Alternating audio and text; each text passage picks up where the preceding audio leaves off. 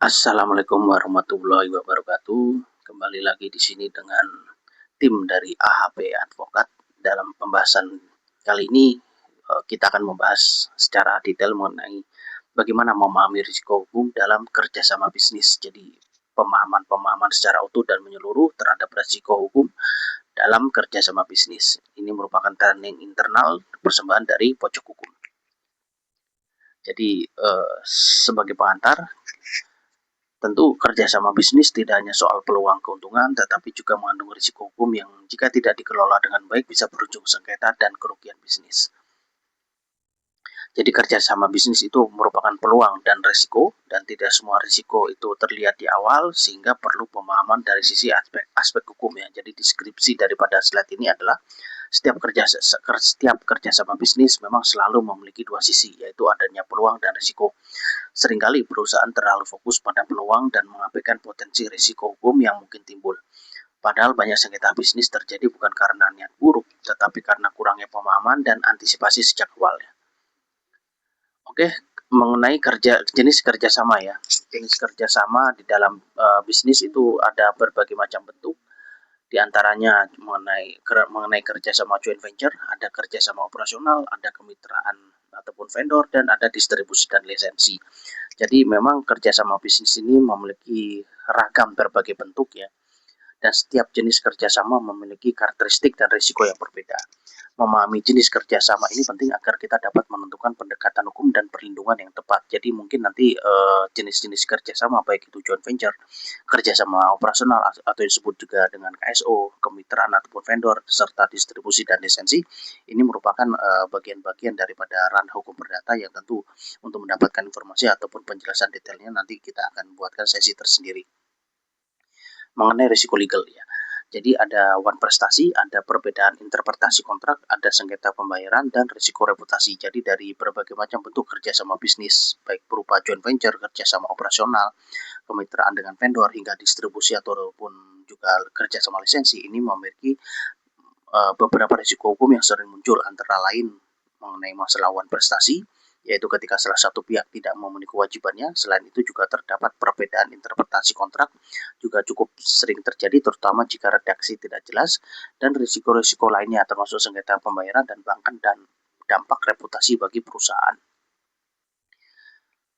Due diligence sederhana, jadi ini kita perlu melakukan cek legalitas perusahaan, cek izin usaha, track record mitra, serta validasi dokumen. Jadi sebelum menjalin kerjasama sangat penting untuk melakukan due diligence meskipun secara sederhana. Due diligence ini mencakup pengecekan legalitas perusahaan, izin usaha, track record, serta validitas daripada dokumen. Langkah ini bertujuan untuk memastikan bahwa mitra bisnis kita kredibel dan tidak memiliki masalah hukum yang tersembunyi. Mengenai masalah mitigasi risiko ya. Mengenai masalah mitigasi risiko, itu perlu dibuat kontrak yang jelas, adanya klausul perlindungan, adanya monitoring pelaksanaan, dan libatkan tim legal. Jadi mitigasi risiko di sini adalah setelah memahami risiko, langkah berikutnya adalah mitigasi. Mitigasi dapat dilakukan dengan menyusun kontrak yang jelas, memasukkan klausul perlindungan, serta melakukan monitoring terhadap pelaksanaan kerjasama. Selain itu, keterlibatan tim legal sejak awal sangat penting untuk menghindari celah hukum. Oke ya, studi kasus yaitu ada dua. Pertama, kerjasama gagal karena kontrak itu tidak jelas, dan adanya sengketa akibat tidak ada due diligence ya. Sebagai ilustrasi, banyak kasus kerjasama gagal karena kontrak yang tidak jelas atau tidak adanya due diligence. Misalnya, perusahaan bekerja sama dengan mitra tanpa memeriksa legalitasnya, yang akhirnya menimbulkan masalah di tengah jalan. Kasus seperti ini menunjukkan bahwa pencegahan jauh lebih murah dibandingkan penyelesaian sengketa. Tapi demikian ya, meskipun pemeriksaan terhadap legalitas dokumen itu memang belum dilakukan, paling tidak dimasukkan beberapa klausul-klausul penjaminan, pernyataan dan jaminan daripada mitra kita itu terhadap kesediaan untuk menyerahkan setiap dokumen legalitas bila mana diminta, serta pernyataan dan jaminan daripada mitra ataupun vendor kita bahwa pernyataan yang dibuat ataupun yang dinyatakan di dalam suatu perjanjian itu adalah sah, mengikat, dan mereka memiliki tanggung jawab terhadap pernyataan yang dibuat tersebut. Oke, kesimpulannya, jadi Sebagai penutup, sering penting untuk diingat bahwa risiko hukum dalam kerjasama bisnis ini tidak bisa dihindari, tetapi bisa dikelola dengan memahami risiko sejak awal, melakukan due diligence, serta menyusun kontrak yang kuat. Perusahaan dapat meminimalkan potensi kerugian.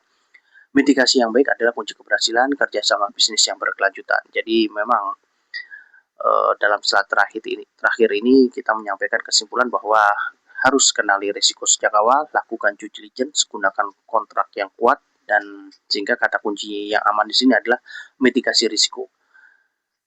Demikian pemaparan secara ringkas mengenai pemaparan ataupun juga uraian untuk memahami risiko hukum dalam kerjasama bisnis. Sekian, terima kasih. Wassalamualaikum warahmatullahi wabarakatuh.